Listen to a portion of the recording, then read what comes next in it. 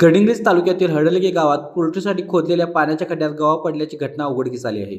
शेतकरी पप्पू रामू पाटील यांच्या शेतात हा प्रकार घडला असून विजय कुंभार यांच्या निदर्शनास ही बाब आली. त्यांनी तात्काळ वन विभागाला माहिती दिल्यानंतर आजराव वन परिक्षेत्रातील रॅपिडो रेस्क्यू टीम घटनास्थळी दाखल झाली. वन विभागाचे अधिकारी व कर्मचारी तसेच स्थानिक ग्रामस्थांच्या संयुक्त प्रयत्नातून बचाव कार्य सुरू करण्यात आले. जेसीबीच्या सहाय्याने अत्यंत सावधगिरीने रेस्क्यू ऑपरेशन राबवण्यात आले. सुमारे 7 तासाच्या अथक प्रयत्नानंतर गव्याला सुखरूप बाहेर काढण्यात यश आले. त्यानंतर त्याला जवळील जंगलात परिसरात त्याच्या नैसर्गिक अभयावासात सुरक्षितपणे सोडण्यात आले. या यशस्वी बचाव कार्य मोहिमेमुळे ग्रामस्थांमध्ये समाधान व्यक्त केले जात आहे. लाईव्ह मराठीसाठी सर्जराव भाट.